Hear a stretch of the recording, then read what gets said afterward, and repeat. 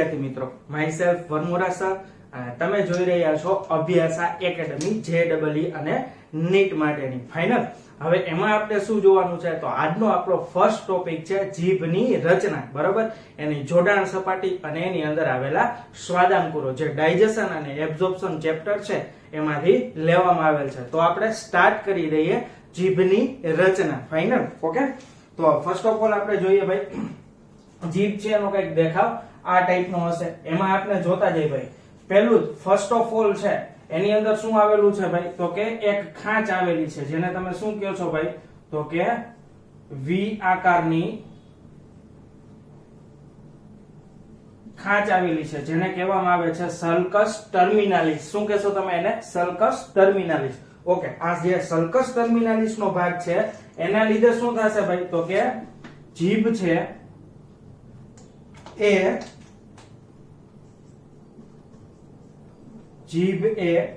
બે અસમાન ભાગમાં વિભાજિત થાય છે. આના લીધે જીભ છે એ બે અસમાન ભાગની અંદર વિભાજિત થાય છે. કયા કયા બે અસમાન ભાગ તો કે પેલો ભાગ છે એને શું કહેશો ભાઈ તો કે એને નામ આપવામાં આવે છે કંઠનાલીય ભાગ, અને અહીંયા સુધીનો જે કઈ બીજો ભાગ છે એને તમે શું નામ આપો છો ભાઈ તો કે એને કહેશો મુખ્ય ભાગ. ક્લિયર? બે અસમાન ભાગ છે એટલે કંઠનાલીય ભાગ છે એ કેવો હશે ભાઈ તો કે એ હશે 1/3 ભાગ, જ્યારે 2/3 ભાગ કયો આવેલો હશે ભાઈ તો કે મુખ્ય ભાગ આવેલો હોય છે.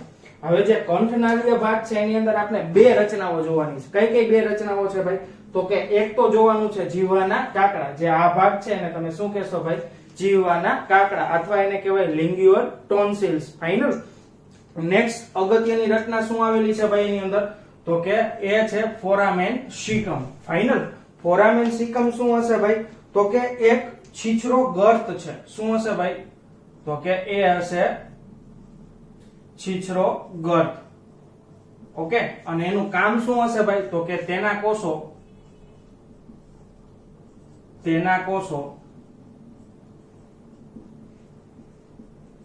થાઇરોઇડ ગ્રંથિની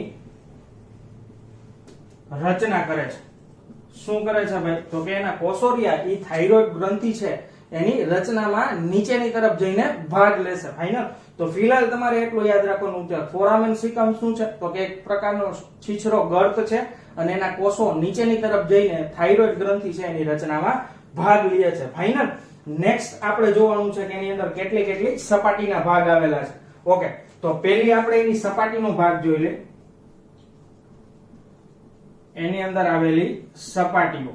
તો અહીંયા જે તમે ફર્સ્ટ સપાટી જોવો છો એ એની કઈ સપાટી હશે ભાઈ તો કે એને નામ આપી દઈએ આપણે. એ છે વક્ષ સપાટી. કઈ સપાટીનો ભાગ છે? વક્ષ સપાટી. ફાઇનલ. જે તમે અહીંયા જોઈ રહ્યા છો એ કયો ભાગ હશે ભાઈ તો કે એની પૃષ્ઠ સપાટી છે. કઈ સપાટી છે? પૃષ્ઠ સપાટી. વક્ષ સપાટી એટલે જ્યાં તમે કોળિયો મૂકો છો એની નીચેનો એનો ટોટલી ઓપોઝિટ સાઈડનો ભાગ છે એને તમે શું કહેશો ભાઈ તો કે એને તમે નામ આપો છો વક્ષ સપાટી. ઓકે, વક્ષ સપાટીની અંદર શું હશેલું ભાઈ તો કે એમાં જોઈ લે તો કે વક્ષ સપાટીએ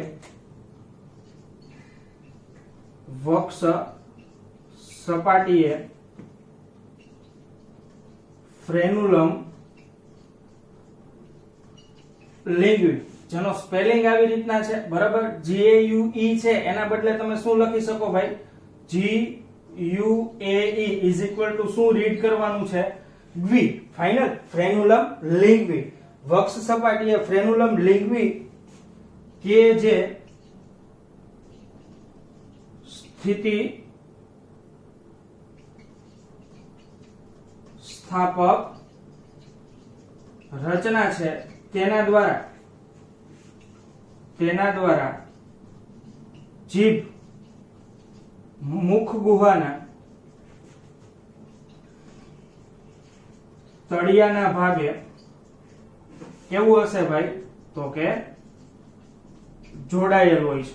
ફાઇનલ આટલું યાદ રાખવાનું તમારે કે ફ્રેન્યુલમ લિગ્વી દ્વારા છે ઈ એની વક્ષ સપાટી છે જ્યાં ફ્રેન્યુલમ લિગ્વી આવેલું છે અને એના દ્વારા ઈ કેની સાથે જોડાયેલું છે ભાઈ તો કે મુખ ગુહાના તળિયાના ભાગે જોડાયેલું છે ફાઇનલ નેક્સ્ટ આપણે શું જોવાની છે ભાઈ તો કે બીજી એની સપાટી છે પૃષ્ઠ સપાટી જ્યાં તમે શું કરો છો ભાઈ તો કે જ્યાં તમે કોળીઓ મૂકો છો ક્લિયર અને મેઇન વસ્તુ આપણે જોવાની છે ભાઈ ત્યાં શું આવેલું હશે ભાઈ તો કે ત્યાં આવેલું હશે સ્વાદાંકુરો એ જગ્યાએ હાજર હશે હવે જે એની પૃષ્ઠ સપાટીના સ્વાદાંકુરો આવેલા છે એ આ જ વિડિયો લેક્ચરની અંદર નેક્સ્ટ સેશનની અંદર આપણે એની પૃષ્ઠ સપાટીનો અભ્યાસ કરવાનો છે ફાઇનલ ઓકે પહેલું તો થઈ ગયું ભાઈ એની કઈ રચના ભાઈ તો કે એની સપાટીઓ કઈ કઈ આવેલી છે નેક્સ્ટ આપણે જોવાનું છે એના છેડાના ભાગો બરાબર બે છેડાના ભાગ છે કયા કયા ભાગ છે ભાઈ તો કે એક તો છે અગ્રભાગ અને બીજો કયો ભાગ છે ભાઈ પશ્વ ભાગ તો આપણે જોઈ લઈએ ભાઈ અગ્ર છેડો ઈ કેવો હશે ભાઈ તો કે અગ્ર છેડો છે ઈ મુક્ત હશે ઈ કેવો છે ભાઈ મુક્ત છેડો છે મીન્સ આ ભાગ ધ્યાન આપવાથી આપણે શું જોવાનું છે ભાઈ તો કે એનો પશ્વ છેડો એનો જે કઈ પશ્વ છેડાનો ભાગ છે એ કેવો હશે ભાઈ તો કે તે દ્વિત અસ્થિ સાથે દ્વિત અસ્થિ નું બીજું નામ શું છે ભાઈ હાયોટ બોન ફાઇનલ દ્વિત અસ્થિ એટલે કે તમે શું કહેશો એને હાયોટ બોન પણ કહેશો ફાઇનલ દ્વિત અસ્થિ સાથે જોડાયેલ હોય છે ફાઇનલ તો અહીંયા અગ્ર છેડો મુક્ત છે પશ્વ છેડો છે એ દ્વિત અસ્થિ સાથે જોડાયેલો છે ક્લિયર એમસીક્યુ બેઝ ઘણી બધી ઇન્ફોર્મેશન છે કે ભાઈ ફ્રેન્યુલમ લિંગ્વી છે કઈ સપાટી ઉપર આવેલું છે વક્ષ સપાટી બીજો એમસીક્યુ એ રીતના પૂછાઈ શકે કે ભાઈ ફ્રેન્યુલમ લિંગ્વી દ્વારા એ કયા ભાગ સાથે જોડાયેલું છે તો કે મુખ ગુહાના તળિયાના ભાગ સાથે પૃષ્ઠ સપાટી એ શું આવેલું છે સ્વાદાંકુરો છે ફોરામેન સિકમ શું છે ભાઈ તો કે એનો છીછરો ગટનો ભાગ છે તેના કોષો છે એ શેની રચના કરે છે થાઇરોઇડ ગ્રંથિની રચના કરવામાં ભાગ લે છે સલ્કસ ટર્મિનાલિસ વી આકારની ખાંચનો ભાગ છે જે જીભને બે અસમાન ભાગની અંદર વિભાજિત કરે છે ફાઇનલ મુખ્ય ભાગ છે બરાબર એ 2/3 છે અને કંઠનાલીય ભાગ છે એ કેવો હશે 1/3 બરાબર આ જે કઈ છે એ અંદરનો ભાગ છે જ્યારે પાછળનો ભાગ જ્યારે આ ભાગ છે એ બહારનો અથવા આગળનો ભાગ છે એવું કહી શકાય ફાઇનલ નેક્સ્ટ આપણે શું જોવાનું છે તો કે નેક્સ્ટ આપણે જોવાનું છે એની પૃષ્ઠ સપાટી ઉપર આવેલા સ્વાદાંકુરો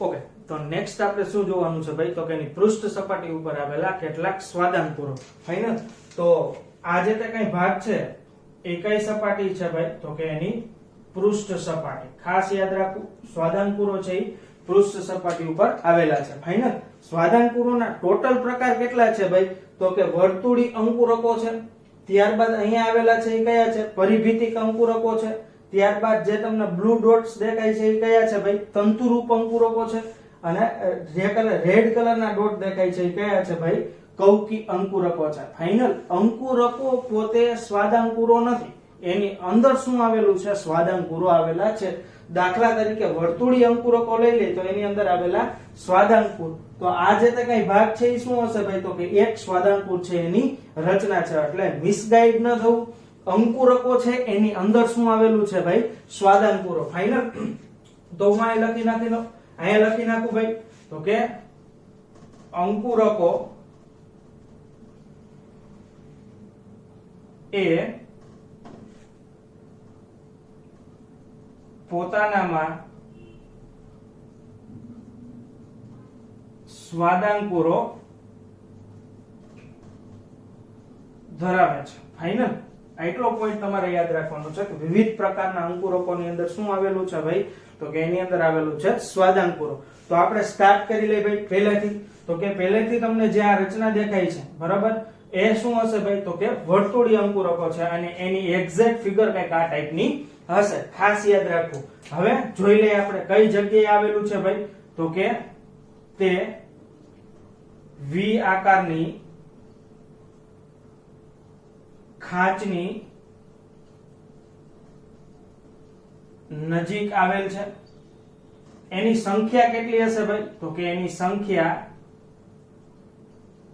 8 થી 12 જેટલી, એટલે વર્તુળીય અંકુરકો છે એ કેટલા હશે ભાઈ? 8 થી 12 જેટલા વર્તુળીય અંકુરકો આવેલા છે. ઓકે, કેવું છે એ ભાઈ? તો કે એ કાર્યરત છે અને એક વર્તુળીય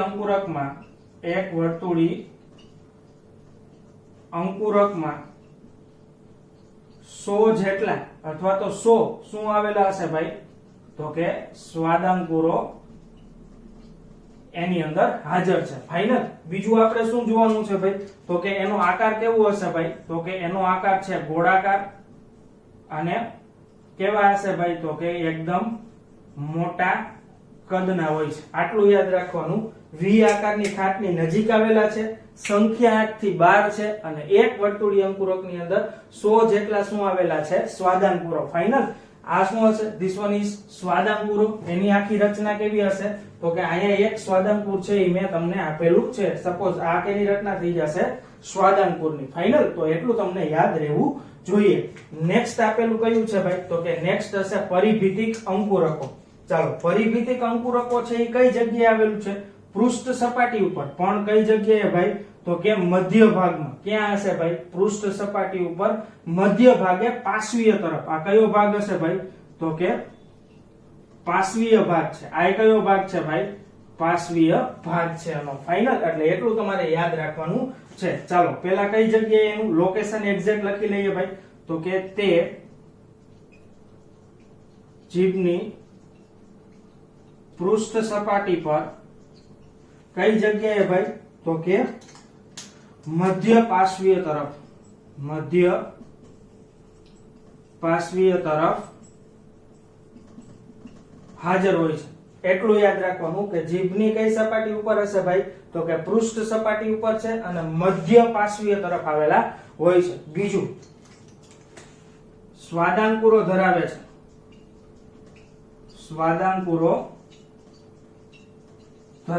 ક્લિયર? અહીંયા તમે ક્લિયરલી જોઈ શકો છો એની અંદર શું આવેલું છે? સ્વાદાંકુર. પરંતુ પુખ્તમાં તે કાર્યશીલ હોતા નથી. એટલે ખાસ યાદ રાખવું કેવી રચના હશે ભાઈ? તો કે અક્રિયાશીલ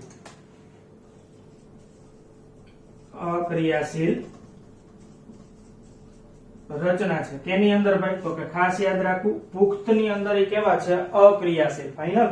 પેલું વર્તુળીય અંકુરકો હતો એ કેવું હતું ભાઈ? તો કે એ કાર્યરત ભાગ છે એટલે કે ક્રિયાશીલ રચના છે. ફાઇનલ. પુખ્તની અંદર પરિભિતિક અંકુરકો છે એ માત્ર નામ પૂરતા હાજર હોય છે, જેનું કઈ કામ હોતું નથી. એટલે કે એક પ્રકારની અવશિષ્ટ રચના ગણવામાં આવે છે. ક્લિયર? હું અહીં લખી નાખું છું અવશિષ્ટ રચના. પણ ખાસ યાદ રાખવાનું કેની અંદર ભાઈ? તો કે પુખ્તમાં. ફક્ત અને ફક્ત પુખ્તમાં એ કેના તરીકે વર્તે છે? અવશિષ્ટ રચના તરીકે વર્તે છે. ફાઇનલ. નેક્સ્ટ પોર્શન આપણે કયો જોવાનો છે ભાઈ? તો કે નેક્સ્ટ હશે થર્ડ વન, કૌકી અંકુરકો. જે રેડ પોર્શન તમને દેખાય છે એને તમે શું કહેશો ભાઈ? તો કે એને નામ આપશો તમે કૌકી અંકુરકો. ફાઇનલ. પેલું જ એનો આકાર કેવો હશે ભાઈ? તો કે ગોળાકાર રચના છે. બીજું આપણે શું જોવાનું છે ભાઈ? કઈ જગ્યાએ એક્ઝેક્ટ આવેલું છે? તો કે જીભની સમગ્ર સપાટી પર આવેલ છે.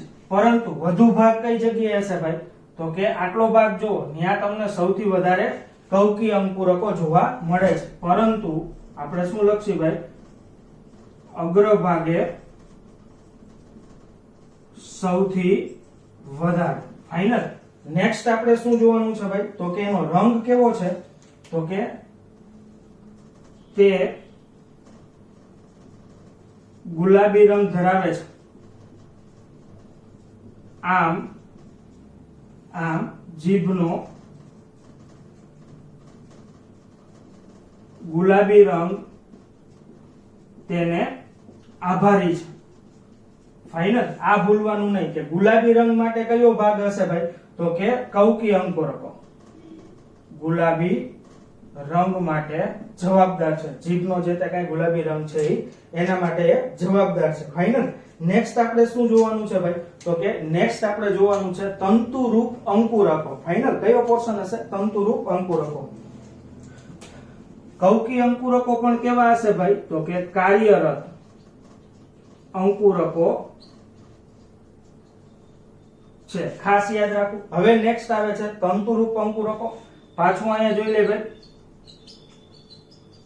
સ્વાદાંકુરો એની અંદર કેવા હશે ભાઈ? ગેરહાજર હશે. ફાઇનલ. નેક્સ્ટ આપણે શું જોવાનું છે ભાઈ? તો કે નેક્સ્ટ આપણે જોવાનું છે કઈ જગ્યાએ આવેલું છે. તો જે તમને બ્લુ પ્રકારના ડોટ દેખાય છે એ બધા ડોટ કયા હશે ભાઈ? તંતુરૂપ અંકુરકો છે. તો શું લખશો ભાઈ? જીભની સમગ્ર સપાટીએ હાજર હોય છે. લાસ્ટ અને નેક્સ્ટ ઇમ્પોર્ટન્ટ પોઈન્ટ, કેવો રંગ છે એનો ભાઈ? તો કે સફેદ રંગના હોય છે. કેવો હશે ભાઈ? તો કે સફેદ રંગ ધરાવે છે. આમ જીભનો સફેદ રંગ તેને આભારી છે. ફાઇનલ. એટલે કૌકી અંકુરકો છે એ કેવો રંગ આપે છે ભાઈ? તો કે ગુલાબી રંગ આપે છે. જ્યારે તંતુમય અંકુરકો છે એ કેવો રંગ આપશે ભાઈ? તો કે એ આપે છે સફેદ રંગ. ફાઇનલ. ક્લિયર. હવે તમને પૂછે કે પુખ્તની અંદર કાર્યરત કેટલા અંકુરકો છે ભાઈ? તો તમારે શું જવાબ આપવાનો ભાઈ? વર્તુળી અંકુરકો, તંતુરૂપ અંકુરકો અને લાસ્ટ વન કયું આવશે ભાઈ? કૌકી અંકુરકો. આ અંકુરકો રહ્યા પુખ્તની અંદર કેવા હશે ભાઈ? કાર્યરત હશે. ફાઇનલ. એમાંય સ્વાદાંકુરો ફક્ત કેની પાસે પુખ્તની અંદર આવેલા છે? વર્તુળી અંકુરકો અને કૌકી અંકુરકો જ માત્ર શું ધરાવે છે? સ્વાદાંકુર ધરાવે છે. ફાઇનલ. બાકી અંકુરકો છે પુખ્તમાં સ્વાદાંકુર ધરાવતા નથી, અથવા ધરાવતા હોય તો એ ક્રિયાશીલ કે કાર્યરત હોતા નથી. એટલે પુખ્ત વ્યક્તિમાં વર્તુળી અંકુરકો અને કૌકી અંકુરકો માત્ર બે એવા અંકુરકો છે કે જેની અંદર શું આવેલું છે? સ્વાદાંકુરો આવેલા છે. કેમ કે પુખ્તની અંદર પરિભિતિક અંકુરકો છે એ કેવા હશે ભાઈ? અવશિષ્ટ અંગ તરીકેનું કામ કરે છે, અવશિષ્ટ રચના તરીકેનું કામ કરે છે. જ્યારે પુખ્તની અંદર તંતુરૂપ અંકુરકો હશે એની અંદર સ્વાદાંકુરો ગેરહાજર છે, પરંતુ તે લાળ રસને ખોરાક સાથે ભેળવવાનું કામ કરતા હોય છે. એટલે આપણે શું નામ આપીએ છીએ? એટલે આપણે કહીએ છીએ કે કેવી રચના છે? કાર્યરત. કેવી રચના હશે ભાઈ? તો હું અહીં લખી નાખું.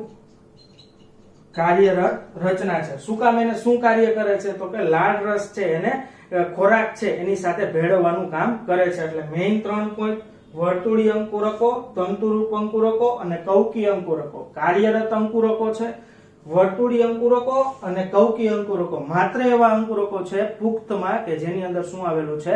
સ્વાદાંકુર આવેલું છે. પરિભિતિક અથવા તો અન્ય નામ છે એનું પત્રમય અંકુરકો, અને આ પત્રમય અંકુરકો એ અવશિષ્ટ રચના તરીકે કામ કરે છે. પણ એની અંદર શું પુખ્ત પહેલાની અવસ્થાની અંદર સ્વાદાંકુરો હોય છે? હા, યસ, હોય છે એની અંદર સ્વાદાંકુરો. ફાઇનલ. તો આ ટોપિક ની અંદર આપણે શું જોવાનું છે? ટોટલ કેટલા પ્રકારના એની અંદર અંકુરકો આવેલા છે એ, અને દરેક અંકુરક છે એનું કાર્ય શું છે એ, જીભને ગુલાબી અથવા સફેદ રંગ આપવા માટે અંકુરકો કયા જવાબદાર છે એ. માત્ર ને માત્ર તમારે આની અંદર એક કન્સેપ્ટ એ પકડવાનો છે કે ભાઈ અંકુરકો છે એ પોતાની અંદર શું ધરાવે છે? સ્વાદાંકુરો. Both are totally different. Final. આ અંકુરક છે એની અંદર રહેલા સ્વાદાંકુરો છે એની રચના કઈક આ પ્રકારની હશે. ફાઇનલ. આની નોટ્સ છે એ તમને પીડીએફ સ્વરૂપે ટેલિગ્રામ ની અંદર મળી જશે. ફાઇનલ. આ હતો આપનો ફર્સ્ટ અભ્યાસ એકેડમીનો નીટ નો લેક્ચર. ફાઇનલ. તો આ લેક્ચર છે એને આપણે અહીંયા સુધી રાખીએ છીએ. Thank you.